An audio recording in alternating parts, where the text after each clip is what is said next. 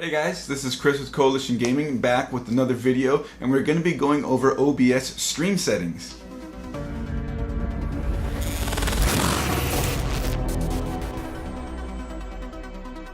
So ever since I did my videos on OBS and NDI, as well as a little bit on the overlay video that I did as well that could be used with OBS, I've been getting a lot of questions about stream settings and things like that. And stream settings are very specific to your computer build. So it all depends mostly on the CPU that you have. So if you have a CPU that's strong, obviously you can run stronger CPU settings at x264 in OBS or XSplit or any streaming software, for example, but we're focusing on OBS with this video, OBS Studio.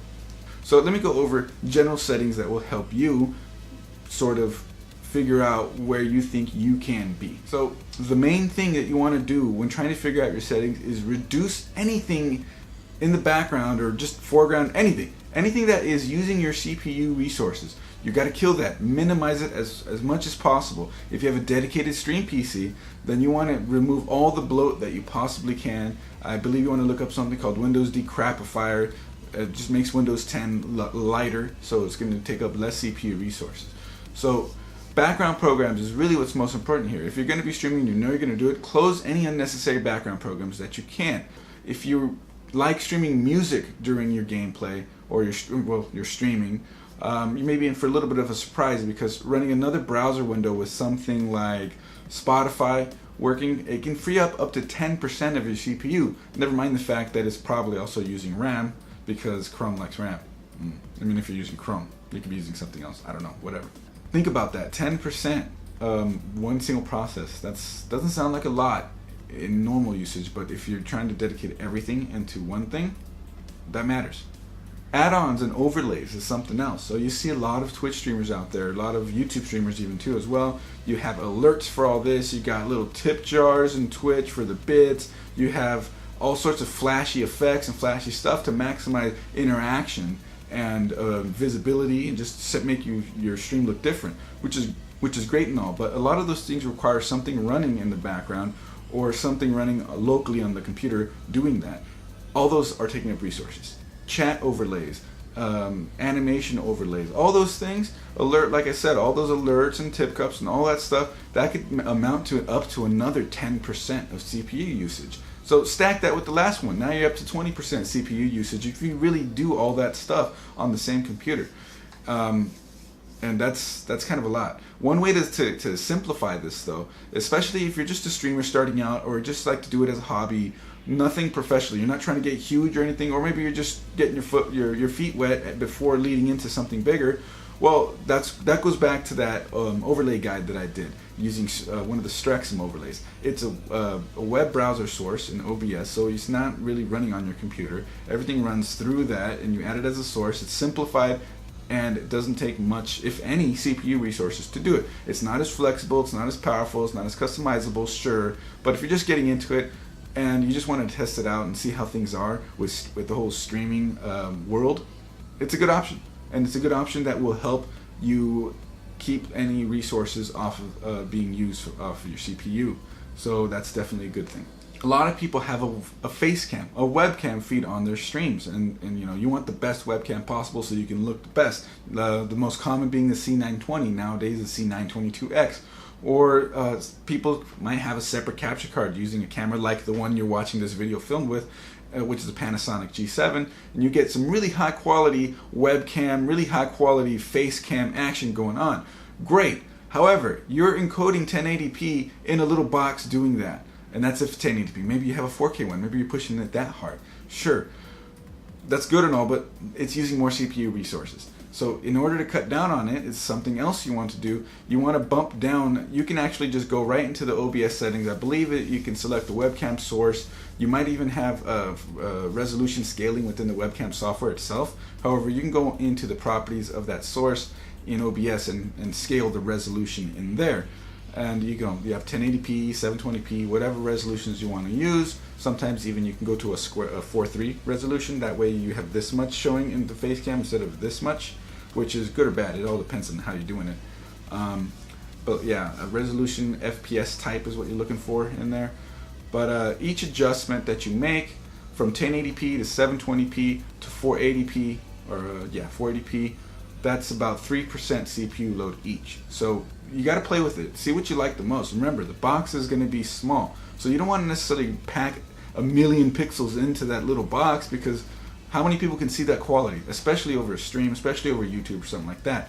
So don't go overboard with it. Tune it, get it to where it's good and it's not really killing your processor at the same time. 60 FPS, that's a goal a lot of people are going after when it comes to streaming. It makes fast-paced games look a lot smoother. Just overall, it's a great goal, sure, but it's really hard on a processor. Like I mentioned on this guy back here, when I was running 60 FPS 720p out on PlayerUnknown Battlegrounds, it was killing my FPS. I would be floating around 20 to 30 running around in that game, which is, I mean, it was playable enough for me to complete a stream with, but I didn't like it because outside of that, I was getting anywhere from 60 to 120 FPS. It's a nice 737 70K with a 980 Ti, and they're both overclocked, so 30 FPS it's killer. It's a 144 hertz monitor too.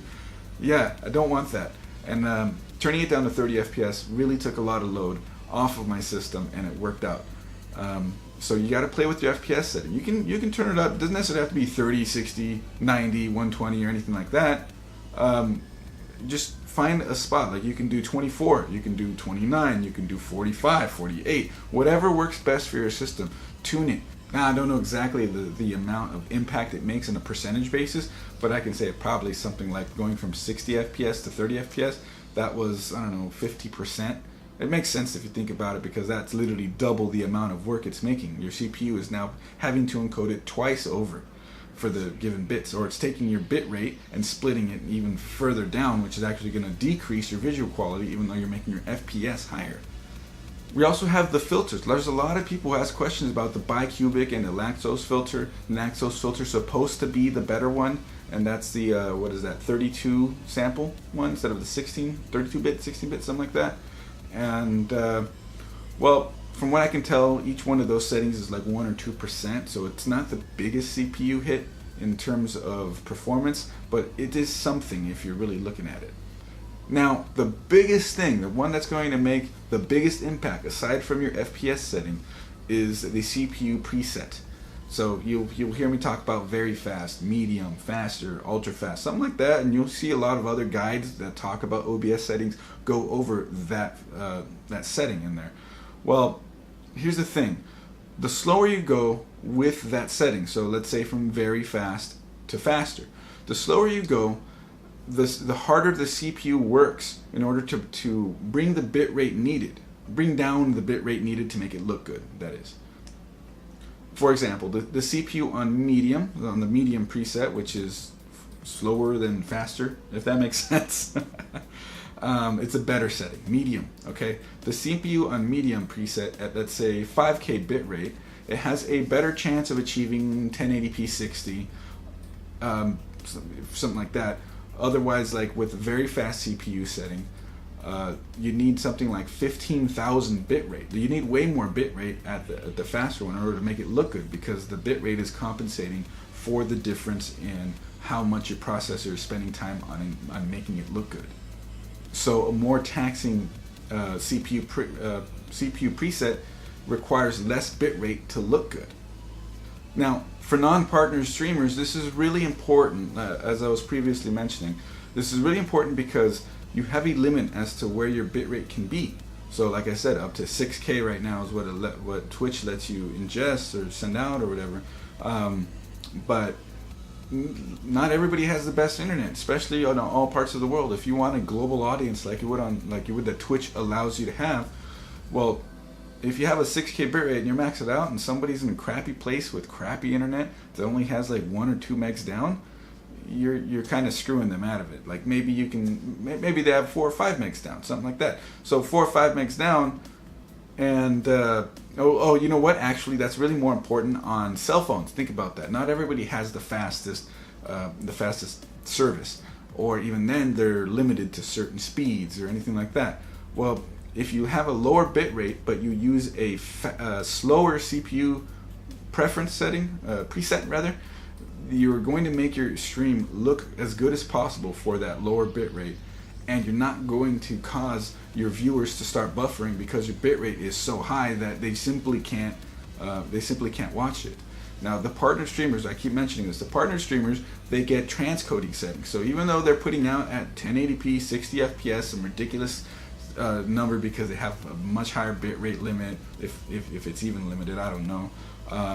Well, they're transcoding options that you select, 1080p, 720p, 480p, something that makes the stream easier to watch, and that's on Twitch. YouTube already allows you to do that if you didn't have a strong enough internet connection, but Twitch is the platform, so people are still looking at Twitch as a primary platform for doing this. YouTube is still getting there in that regard.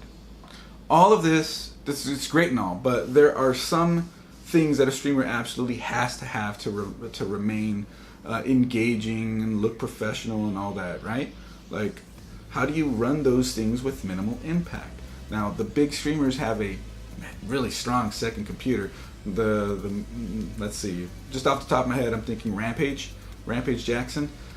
He streams, and what is it? His primary system is a 10-core Intel system, a 10-core Broadwell EX99 system, and he uses a capture card, which is, if you want a really top-end capture card, I've seen Barnacle, he uses one that's like $400 or something like that. It's like AVIO 4K something or other USB 3.0. That's crazy, but that's awesome. But it's expensive.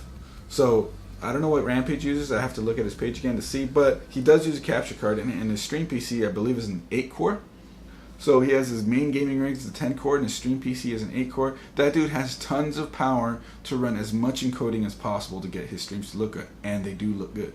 Not everyone has those kinds of resources though, and that's why the NDI protocol that OBS has a plugin for now, and again you'll see the link in the description for that one, is a good nice little workaround in order to offload your main computer onto another computer, and let's hope that your second computer that you have is strong enough to run an optimized streaming setting, And I believe that if you have an i7 of any generation, honestly, in my opinion, but if you have an i7, you'll be able to pull off something like medium 720p 60 FPS at a good bit rate, and it'll look great and it'll run great. But factoring all these things into it, now you can play with each setting to understand where your limit is. OBS will also give you a hint as to where your limit is, because if you run too high, it will tell you your processor is getting killed. It'll give you a little pop-up that it's too much for it. However, when I was doing the settings with my stream rig, I ran into, well, it didn't look like it was using all that much processing power at medium. So I went to the next one down, which I believe was slower or something like that. I just went to the next one down, and my stream ran like crap. It didn't say that I didn't get any warnings about high CPU usage. It just didn't run right. And this is those times where it's confusing. What's causing it not to run right? Backed it up back to medium, ran great, looked great. And that's partially how I figured out all this stuff. So if you have any questions regarding stream settings or anything like that, feel free to leave a comment, and I'll try to answer as best as I can. You got to let me know though, be specific what CPU you have, because I got a lot of questions on the other video that I made where they asked me what the best stream settings are for them, and they gave me no information. I can't answer without knowing what CPU you're using. That's the most important specification. You can leave out all other information, but with the CPU, I can tell you where you can start. However, I guess the other most important information is what's your maximum upload speed. So if I have your upload speed, if you can tell me your upload speed, and you can tell me your CPU that you're using, I can help figure it out for you. So just leave a comment if you want. If you guys like this video, click that like button. Click that subscribe button, there's always more coming, and I hope you like this content, guys, and I will see you guys in the next one. Can I say guys anymore? I don't know, I'm just saying guys. Hey guys, bye!